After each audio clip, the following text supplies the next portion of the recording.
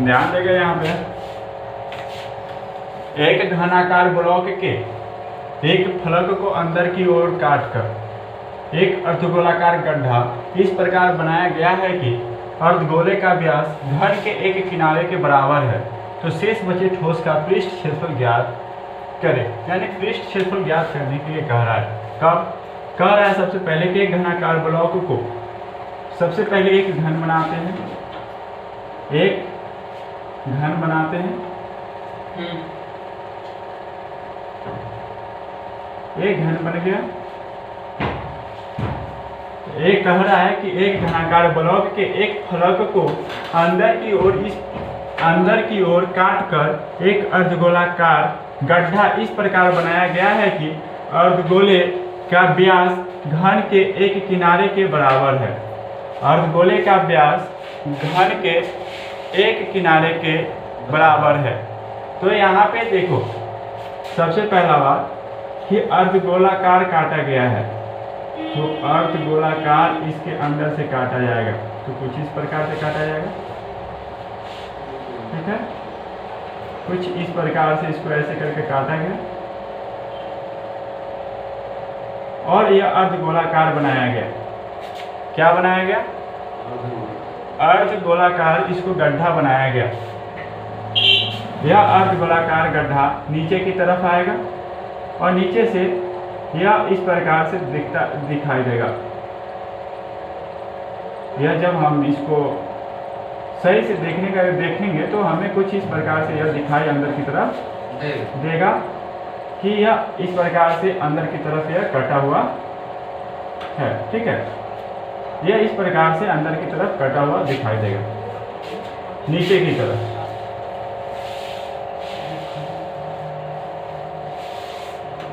अब यहाँ पे क्या कह रहा है कि अर्धगोलाकार गड्ढा इस प्रकार बनाया गया है कि अर्धगोला का व्यास घन के एक किनारे के बराबर है। तो देखो ये अर्धगोला है, अर्धगोला का व्यास यहाँ से यहाँ हो गया, मतलब एक किनारे के बराबर आ गया। अर्धगोले का व्यास एक किनारे के बराबर आ गया, ठीक है। अर्धगोले का जब व्यास एक किनारे के बराबर आ गया, दूसरा चीज यह समझो कि इसका यह भाग होगा से पूरा नीचे की तरफ नहीं होगा, तो उससे कोई लेना देना नहीं है हमें। यह फिगर यहाँ से नहीं है, तो बल्कि यहाँ से ऐसे तैयार होगा ना, इस प्रकार से तैयार होगा। अर्धगोलाकार इस प्रकार से काट लिया गया है, यह इस प्रकार से काट लिया गया है। अब इसमें हमें क्या कह रहा है कि काटने के बाद शेष बचे ठोस पृष्ठ क्षेत्रफल ज्ञात करने के लिए, ठीक है। तो सबसे पहले यह एक हमारा क्या है? घन है। घन है जो ठोस है, घन है जो क्या है? ठोस है।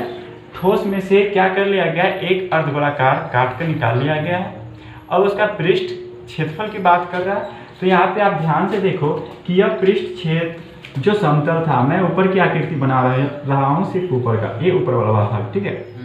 यह पृष्ठ आपने देखा कि पूरा पैक था, इसको काट लिया गया। इसको क्या कर लिया गया? काट लिया गया। ये मतलब वृत्ताकार रूप से इसको जब काटेंगे तो यहाँ इतना दूर खाली होगा और यह एक अर्धवृत्त के रूप में तैयार हो रहा है, मतलब इसका क्षेत्र गड्ढा होकर ऐसे करके बनेगा। समझ रहे हैं ना बात को?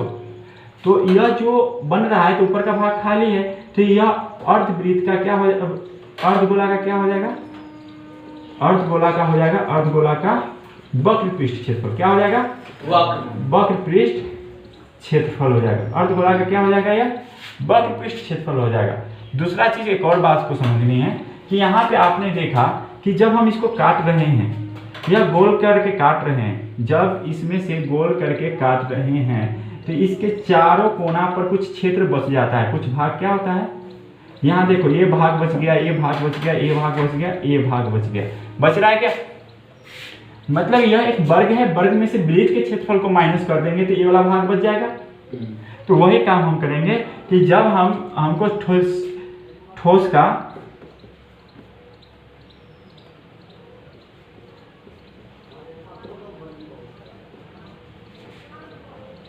शेष भाग का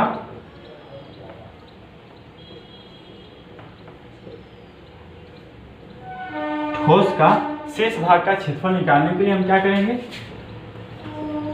सबसे पहले यहाँ पे हम घन देखते हैं। अगर सपोज इमेजिन करो कि हम यह घन को ऊपर से नहीं काटे हैं तो 6 भाग है हमारे पास। तो 6 भाग का क्षेत्रफल क्या होता है? 6 भाग का क्षेत्रफल क्या होता है? 6 गुने भुजा स्क्वायर होता है क्या? 6 गुने भुजा स्क्वायर। जब 6 गुने भुजा स्क्वायर हमारे पास आ गया, 6 गुने ए स्क्वायर आ गया, यह टोटल आ गया। अब मैंने क्या बताया कि जब हम वृत्ताकार रूप से इसको काटते हैं तो कुछ क्षेत्र बच जाता है ना, तो वृत्त वाला क्षेत्र माइनस कर देंगे तो कुछ क्षेत्र बचा हुआ है सो बच जाएगा हमारे पास। तो माइनस वृत्त का क्षेत्र क्या होता है? पाई आर स्क्वायर। वृत्त का क्षेत्र क्या होता है? पाई आर स्क्वायर। और उसके बाद देखो कि इसको जब काटा गया था तो यह एक अर्धगोला के रूप में काटा गया था, वो भी अर्धगोला का वक्रपृष्ठ क्षेत्रफल के रूप में। जब अर्धगोला का वक्रपृष्ठ क्षेत्रफल की बात करते हैं तो क्या होता है? 2 पाई आर स्क्वायर। तो यह वृद्धि होती है तो प्लस कर देंगे 2 पाई आर स्क्वायर कंप्लीट। वृद्धि कर देंगे कितना? 2 पाई आर स्क्वायर। जब हमने इस चीज को सही से देखा तो देखा कि 6a स्क्वायर आया हमारे पास, 6a स्क्वायर आया। 2 पाई आर स्क्वायर में से 1 पाई आर स्क्वायर घट गया तो 1 पाई आर स्क्वायर बच जाता है क्या?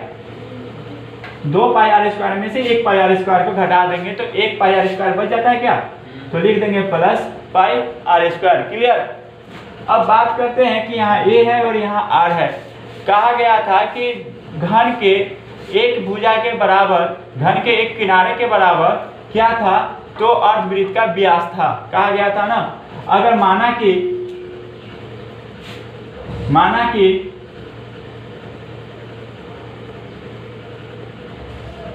भुजा,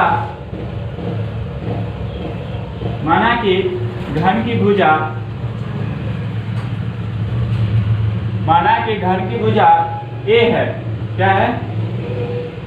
a है। माना कि घन की भुजा a है या घन की भुजा a मान लो, l मान लो, ABCD का कोई भी संख्या मान लो, कोई मतलब नहीं है। माना कि घन की भुजा a है। अब बात करते हैं तो यहाँ पे व्यास क्या हो जाएगा? तो वृत्त का व्यास कितना हो जाएगा? वृत्त का व्यास यानी अर्धगोला का व्यास, किसका?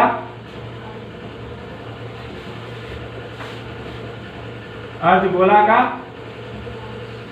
व्यास यानी d बराबर क्या हो जाएगा? a। तो r बराबर क्या होता है? d/2। r बराबर क्या होता है? r बराबर क्या होता है? r बराबर d/2। तो d का मान a/2। क्लियर?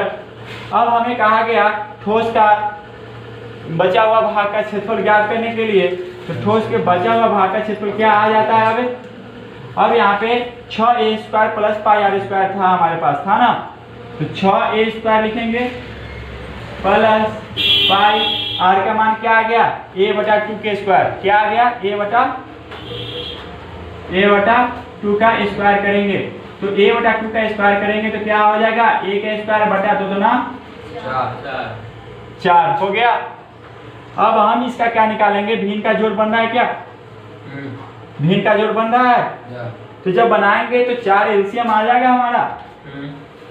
4 क्या आ जाएगा? एलसीएम आ जाएगा। 6×4 24, 24a स्क्वायर, 24a स्क्वायर और प्लस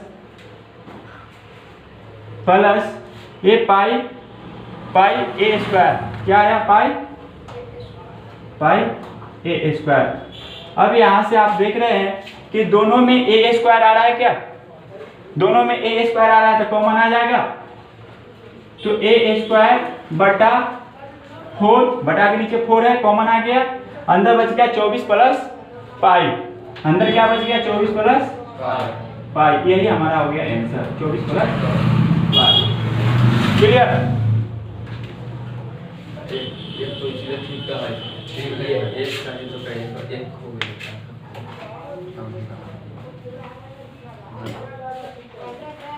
रुक